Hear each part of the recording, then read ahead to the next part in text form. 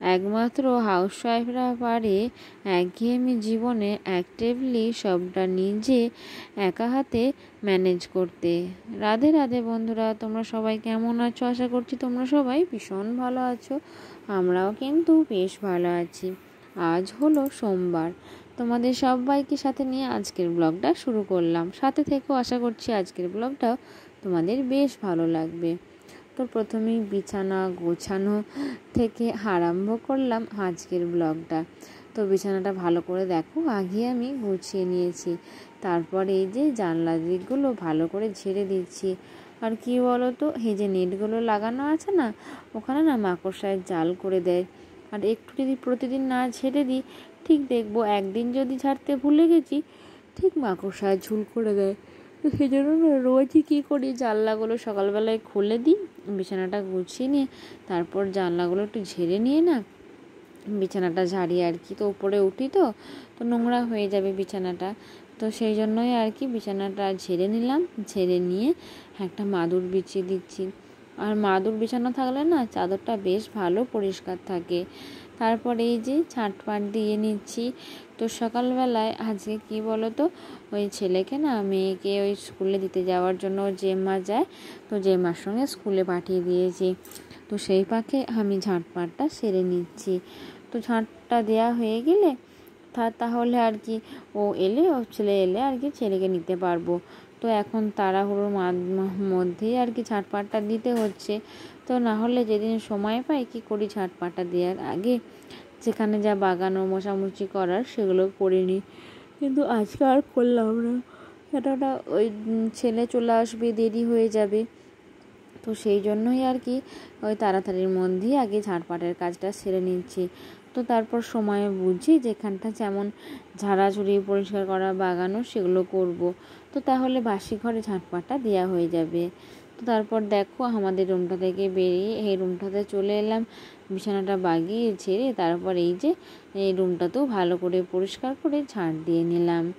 আর কি বলো তো, ছোটো ছেলে নিয়ে কাজ করা তো সারাদিনই, তো সেরকমভাবে কাজ করতে আমার খুবই অসুবিধা হয়। এক টানে তো যে কোনো কাজ করতে পারি না। তো এই যে ছেলেকে খাওয়ানো, ঘুম পাড়ানো এসবও কাজের মাঝে আছে। তারপর তো ছেলে এখন ভালোই দুষ্টু হয়েছে, হামা দিতে শিখে গেছে, ওকে তো এখন সব সময় লক্ষ্য রাখতে হচ্ছে। তো সামনে আমাদের রুমটা থেকে বেরোতেই সামনেই দুটো সিঁড়ি, ওকে যদি না লক্ষ্য রাখি সিঁড়ি বেয়ে উপরে উঠে যাবে। তো তখন কোনো না কোনো বিপদ ঘটিয়ে বসে থাকবে আর কি। তো যাই হোক, দেখো এদিকে রান্নাঘরটা ঝাড় দিয়ে চলে এলাম। তারপরে এই যে বড় মাদের রুমটাও ঝাড় দিয়ে নিচ্ছি। আর এই যে আমাদের পাকা বাড়ির একতলায় তো 3টে রুম আছে। তো আমরা আর থাকি, আর দেওর আর যার একটা রুমে থাকে, আর এই জেঠু আর বড় মা এই রুমটার মধ্যে থাকে। আর মা আর বাবা ওই মাটির বাড়ির রুমের মধ্যেই থাকে আর কি। তো আমাদের দোতলাগুলো তো এখনও সম্পূর্ণভাবে কমপ্লিট হয়নি। তো পুজোর পরই আর কি দোতলার কাজ আরম্ভ হবে। তো তখন হয়ে গেলে তখন তাহলে কোনো অসুবিধা হবে না। তো সেই জন্য এখনও মাটির রুমগুলো তো ব্যবহার হয় আর পরিষ্কার পরিচ্ছন্ন রাখতে হয়। তো মাটির বাড়িগুলো আর কি বেশিরভাগ সময় মাই ওগুলো বাগানো গোছানো করে। তো আমি এদিকটা করি, মা ওদিকটা করে। তো সব দিকটা একার পক্ষে তো করা সম্ভব নয়। তো তারপর এদিকে ছেলে খেলা করছে আর আমি এদিকে তাকগুলো মুছে বাগিয়ে নিচ্ছি। আর কি বলো তো, ছেলেকে লক্ষ্য রাখতে রাখতে আর কি এই কাজগুলো করতে হচ্ছে। তো তারপর ভাবলাম যে জিনিসগুলো একটু ওলঢাল হয়ে গেছিলো, সেগুলো একটু গুছিয়ে আর মুছে দিই। তো না রোজকার মোছামুছি করলে না এগুলো ধুলো পড়ে যায়। তারপর এই যে বইয়ের তাকটা সুন্দর করে বাগিয়ে দিলাম। তো তাহলে না কি বলো তো, একটু বাগানো গোছানো থাকলে দেখতে ভালো লাগবে। আর এই যে তাকের ওপরগুলো ঠিক মাকড়সায় ঝুল করে দেয়। তো সেই জন্যই আর কি রোজগার একটু মোছামুছির কাজ করে নিই। তো তারপর ভাবলাম আজকে আর স্ট্যান্ডে করে আমার রুমটা মুছবো না, একটু মানে হাতে করেই আর কি কাপড়ের সাহায্যে মুছে দিচ্ছি। তাহলে দেওয়ালগুলো পর্যন্ত ভালোভাবে পরিষ্কার করা যাবে। তো একটু ডেটল নিয়ে চলে এসেছি, দিয়ে এগুলো মুছে দিচ্ছি। তো রুমটা যতটা পরিষ্কার পরিচ্ছন্ন রাখা যায় ততটাই আর কি ভালো। তো সেই জন্যই আর কি ডেটল দিয়ে আমার রুমটা পুরো মুছে দিলাম। তো তাহলে একটু পরে শুকিয়ে যাবে। তো তো তারপর খামার বাড়ি দিয়ে যখন এলাম, ভাবলাম তোমাদের সাথে আমাদের গাছে দেখো কতগুলো ঝিঙে ধরেছে, সেগুলো একবার শেয়ার করে নিই। তো এই জানো তো, এই গাছগুলো না মাস 3 আগেকার লাগানো, কিন্তু প্রচণ্ড বৃষ্টির জন্য গাছগুলো একদম প্রায় মরো প্রায় হয়ে গিয়েছিল। কিন্তু আবার এই যে রোদ উঠতি, গাছগুলো বেশ তাজা হয়ে উঠেছে এবং চাপান ও গোবর সার দেওয়ার জন্য গাছগুলোতে বেশ অনেকগুলো করে ঝিঙে ধরেছে। আর ওখানে না আরও গাছ লাগানো ছিল, হোঁপা গাছ, শসা গাছ, কুমড়ো গাছ। তো সেগুলো না বৃষ্টির জলেতেই সব নষ্ট হয়ে গেছে, একটাও আর কি বেঁচে নেই।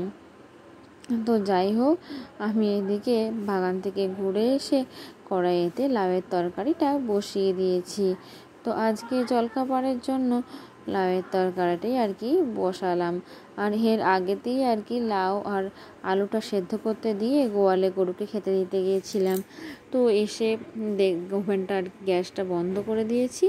আর এই যে কড়াইয়ের মধ্যে টমেটো মধ্যে নুন আর হলুদ কষতে দিয়ে দিয়েছিলাম, দিয়ে তারপরে এই যে সেদ্ধ করে রাখা লাউ আর আলুটা দিয়ে দিলাম। এভাবে রান্না করলে একটা কি সুবিধা হয়, গ্যাসটাও অনেকটা কম খরচ হয় এবং তাড়াতাড়ি রান্নাটাও হয়। আর না হলে এমনি তেল দিয়ে কষে বসালে অনেকটাই না রান্না করতে দেরি হয়। তো সেজন্য আমি বেশিরভাগ কী করি, অনেক সবজি আর কি কুকারে সেদ্ধ করে নিই আর এভাবে কষে রান্না করি তাড়াতাড়ি হওয়ার জন্য। তো এদিকে লাউয়ের তরকারি বসে থেকে দেখলাম যে ছেলে ঘুম থেকে উঠে পড়েছে। তো ছেলেকে আবার নিয়ে এসে দাওয়ার মধ্যে বসিয়ে দিলাম। তো ওইদিকে আবার দুধটা গরম করতে দিতে হবে, ছেলেকে তো এই সময় আবার গরুর দুধটা খাওয়াই। তো সেটা কি বলো তো, এখন থেকে না বসালে ফুটে ফুটে মরতে অনেকটাই দেরি হয়ে যাবে। তো এদিকে লাউয়ের তরকারিটা বসিয়ে দিয়ে আমি ওদিকে দুধটা আনতে গেলাম। তো এটা ততক্ষণ হচ্ছিল আর কি। তো একটু সামান্য পরিমাণ বেশি জল দিয়েছি। তো আমার মেয়ে আবার এই তরকারি একটু ঝোল খেতে চায়, তো সেই জন্যই আর কি ঝোল বানালাম। নাহলে শুকনো বানালে খেতে বেশ ভালোই হয় আর কি। তো যাই হোক, একবার নুন মিষ্টিটা চেখে দেখে নিলাম ঠিক আছে নাকি। তো আমি আবার রান্নায় একটু অল্প নুন দিতেই পছন্দ করি। সব রান্নাতেই বেশিরভাগ সময় একটু নুন কম হয়েই থাকে। তো এদিকে তরকারিটা করে নিয়ে আর স্নান সেরে নিয়ে পুজো করে নিলাম। তো পুজো করে নিয়ে এই যে ফলের রেকাবিগুলো আজারে মানে ঢেলে নেব আর কি। তো ফলগুলো একটা থালার মধ্যে করে নিলাম, করে নিয়ে এই যে একদম চলে এলাম রান্নাঘরে। তো রান্নাঘরে একটা থালার মধ্যে আর কি ঢেলে নেব। তো প্রথমে সবাই আর কি ঠাকুরের প্রসাদটা খেয়ে তারপর জলখাবারটা খায় আমাদের বাড়িতে। তো সেই জন্যই আর কি রান্নাঘরে রেখে দিয়ে চলে এলাম। তারপরে এই যে ঠাকুর ঘরটা মুছে পরিষ্কার করে বাগিয়ে নিচ্ছি।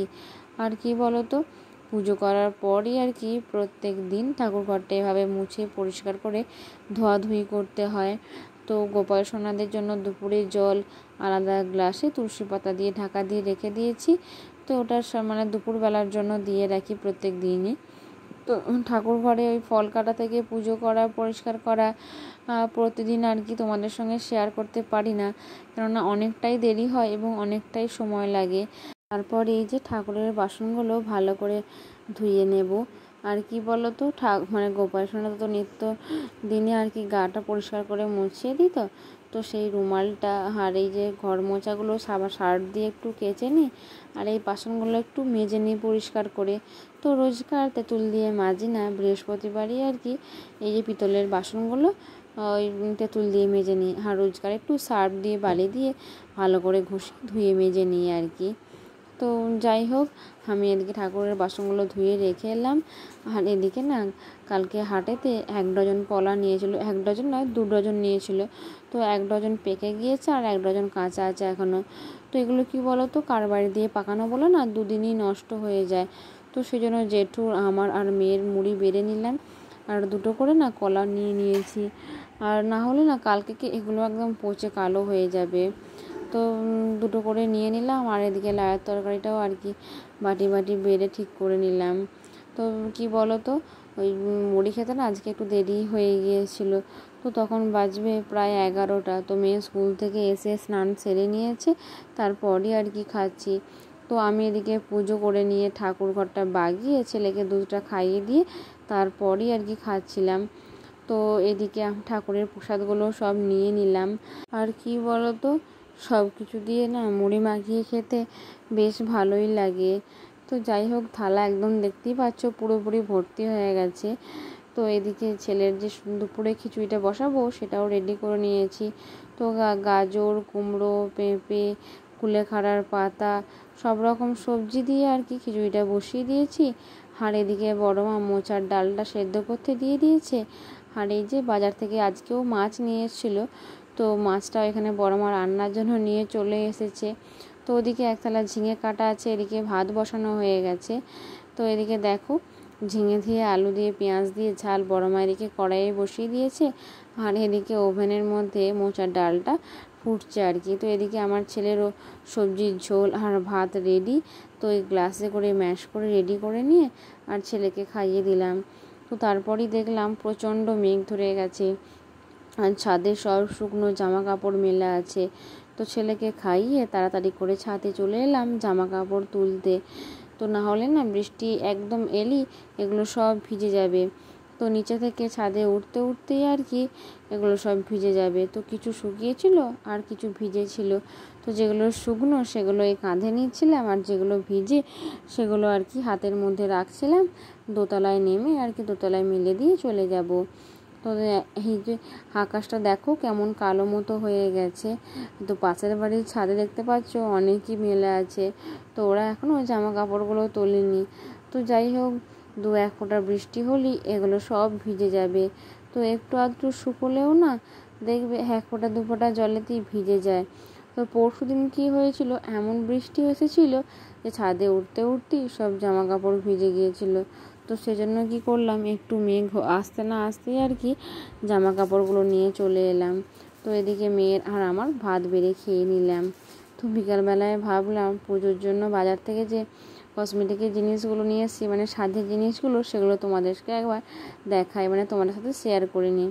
তো আমার মেয়ে এই যে এই হারগুলো নিয়েছে আর কি পরার জন্য। তো এখানে একটা সরু চেনও ছিল, আর এই যে ওর হাতের এই যে ব্রেসলেটগুলো, তো এগুলো সব মেয়ে নিয়েছিল। আর এই যে এই বক্সটার মধ্যে একটা সুন্দর পাথরের হার আছে, যেটা দেখতে খুব সুন্দর আর কি।